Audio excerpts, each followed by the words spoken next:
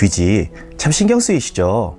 어렸을 적 어머니 무릎을 베고 누워서 귀지를 파다가 스르르 잠이 든 적이 있을 것 같습니다. 그렇지만 그때의 추억 때문에 귀 청소방 같은 곳 가시면 절대로 안 됩니다. 안녕하세요. 귀사람 심상돈입니다. 귀를 사랑하는 남자, 귀한 사람을 사랑하는 남자입니다. 오늘 영상은 서울 아산병원 이비인후과 교수로 재직 중인 안종호 교수님께서 난청에 대한 여러 가지 정보를 드릴 것입니다. 이번 시간에는 파야 하나 말아야 하나 항상 궁금한 귀지 이야기를 해드리겠습니다. 귀지 참 신경 쓰이시죠? 어렸을 적 어머니 무릎을 베고 누워서 귀지를 파다가 스르르 잠이 든 적이 있을 것 같습니다. 그렇지만 그때의 추억 때문에 귀 청소방 같은 곳 가시면 절대로 안 됩니다.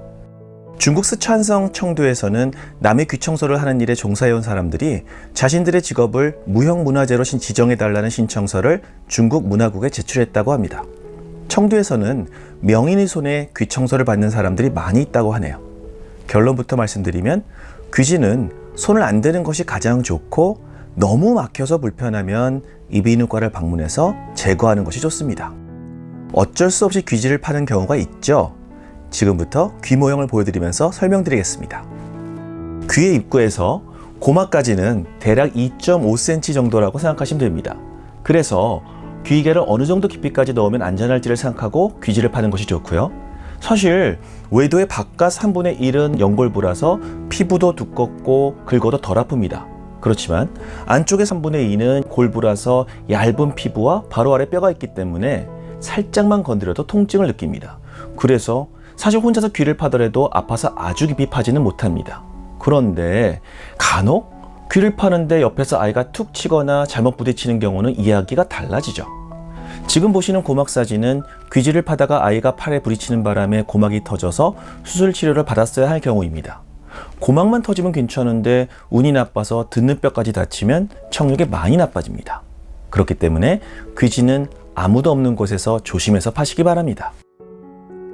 우리나라 사람이기 때문에 가지는 가장 큰 장점들 중 하나를 알려드리겠습니다.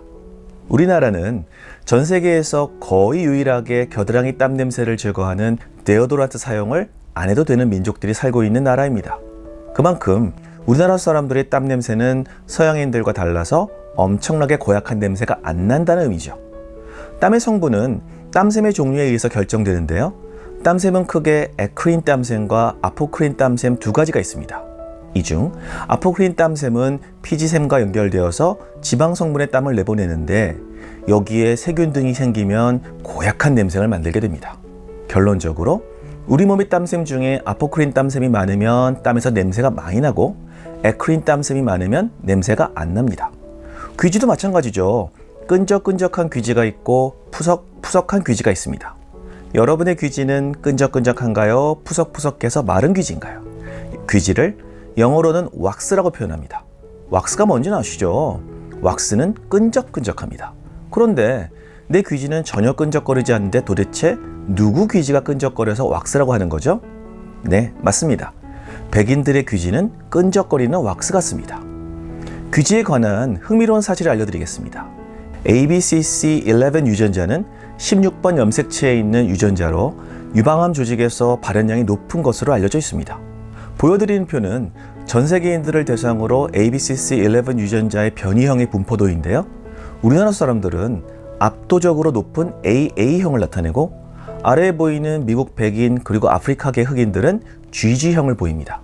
그렇기 때문에 아프리칸이나 많은 백인종들은 끈적끈적한 귀지와 악취가 나는 곁땀 냄새를, 우리나라 사람들은 푸석푸석한 귀지와 거의 느껴지지 않는 곁땀 냄새가 나는 것입니다. 자, 주변 분들 귀지를 보았을 때 끈적거리는 왁스 같은 귀지면 서양인 유전자가 좀 섞인 것이고, 중요한 것은 곁땀 냄새가 날 가능성이 높겠네요. 그렇다고 옆에 분 귓구멍 억지로 들여다보지 말기 바랍니다. 앞서서 ABCC11 유전자가 유방암 조직에서 발현량이 높다고 말씀드렸죠. 2009년에 일본에서 발표된 연구에서 일본 여성들의 유전자형이 AA형이 아니라 GG형인 경우 유방암 빈도가 올라간다고 보고하였습니다. 일본과 우리나라는 거의 같은 유전형을 가지니까 우리나라 사람들에게도 해당됩니다.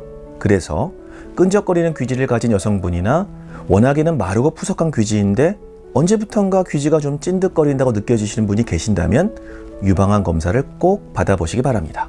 반면에 영국에서 발표된 논문에서는 영국 여성들은 대부분이 GG형의 유전자이기 때문에 굳이 유방암의 빈도와 끈적거리는 귀지와 관계는 없다고 보고하였습니다. 귀지 끈적거리는 것과 유방암의 빈도와의 상관관계 참 복잡합니다. 지금까지 귀지에 관한 간단한 상식을 알려드렸습니다. 도움이 되셨는지요? 감사합니다. 건강하고 즐거운 하루 되세요.